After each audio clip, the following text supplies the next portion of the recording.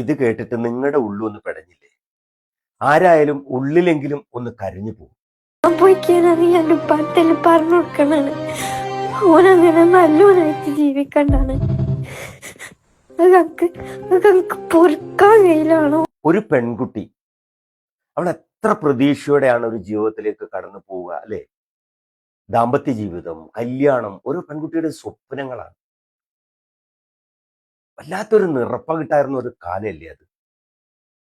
ഇവിടെ അവൾക്ക് ജീവിക്കാൻ വേണ്ടത്, കല്യാണത്തോടു കൂടി ജീവിതം തുടങ്ങല്ലേ.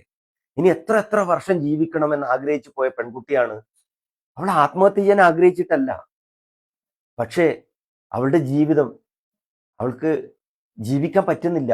അങ്ങോട്ട് തീരെ ഇഷ്ടമില്ല ചെയ്യാൻ, പിടിച്ചു നിൽക്കാൻ പറ്റുന്നില്ല. പ്രശ്നങ്ങൾ അവൾ തനിച്ച. മരിച്ചോന്റെ ഉപ്പ് കരിയൂലെ കൊറേ, ഓനിക്ക് സന്തോഷായിരിക്കും, പക്ഷെ എന്റെ ഉപ്പയും കരിയൂലെ. അവളുടെ ഉപ്പായുടെ ഉമ്മയുടെ കണ്ണുനീരിനെ കുറിച്ച് ഓർക്കുമ്പോഴാണ് അവൾ വല്ലാതെ വേദനിക്കുന്നേ. നമ്മൾ ഓർക്കുന്നുണ്ടോ? പെൺകുട്ടികളുടെ കല്യാണം കഴിച്ചു കൊടുത്തു കഴിഞ്ഞാൽ രക്ഷിതാക്കളുടെ ഉത്തരവാദിത്വം കഴിഞ്ഞു എന്നാ. പക്ഷെ അവരൊരു ജീവിതത്തിലോട്ട് പോകുമ്പോൾ അവിടെ ചെന്നെത്തുന്ന ഭർത്താവ്, ആ ചെറുപ്പക്കാരൻ, അയാളുടെ ജീവിത സാഹചര്യങ്ങൾ എത്രത്തോളം പെൺകുട്ടികൾക്ക് അനുകൂലമാണെന്ന് നമ്മൾ എപ്പോഴും ചിന്തിക്കുന്നുണ്ടോ?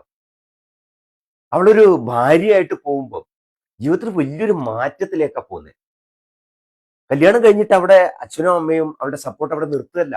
യഥാർത്ഥത്തിൽ പിന്നീട് അങ്ങോട്ടുള്ള ദാമ്പത്യ ജീവിതത്തിൽ അവിടെ കൂടെ നിൽക്കേണ്ടതുണ്ട്. അങ്ങനെയല്ലെങ്കിൽ കൂട്ടുകാരെ വിളിച്ചു വരുത്തി ഭാര്യയുടെ മുമ്പിൽ വെച്ച് ലഹരി ഉപയോഗിക്കുന്ന ഒരുത്തന്റെ കൂടെ എന്ത് സെക്യൂരിറ്റിയാണ് ഒരു പെൺകുട്ടിക്ക് ഉണ്ടാവുക? പക്ഷെ ഒരു കാര്യമുണ്ട്, എനിക്ക് തോന്നുന്നു മോളെ, നീ പിടിച്ചു നിന്നാൽ, നീ ഇതിനോട് ഏറ്റുമുട്ടാൻ ശ്രമിച്ചാൽ നിനക്കുണ്ടാവുന്ന മാറ്റം, ഇനി ഇത്തരത്തിൽ വരുന്ന പെൺകുട്ടികളെ ഇത്തരം ചതിക്കുഴിയിൽ പെട്ടുപോവാതിരിക്കാൻ അവരെയെങ്കിലും രക്ഷിക്കാൻ നിനക്കാവുമായിരുന്നു. ഇനി അങ്ങോട്ടുള്ള നിന്റെ ജീവിതം ഒരുപാട് ചെയ്യാനുള്ള ഒരു ജീവിതമായിരുന്നു. അവിടെയാണ് നീ ഫുൾ സ്റ്റോപ്പ് ഇട്ടത്. മോളെ, നിന്നെ കുറ്റം പറയുകയല്ല, പക്ഷേ നമ്മുടെ വ്യവസ്ഥിതിയിൽ ഇങ്ങനെ ആയിക്കൊണ്ടിരിക്കുക. ജീവിതം നമുക്ക് വളരെ ആസൂത്രിതമായിട്ട് കൊണ്ടുപോകുന്ന ഒന്നല്ല. വീണ് കിട്ടുന്ന കളിപ്പാട്ടം പോലെ ആയിത്തീരുന്നു ചിലർക്കെങ്കിലും. സങ്കടപ്പെട്ടു പോകാനല്ലാതെ മറ്റെന്താണ് ചെയ്യാനാവുക?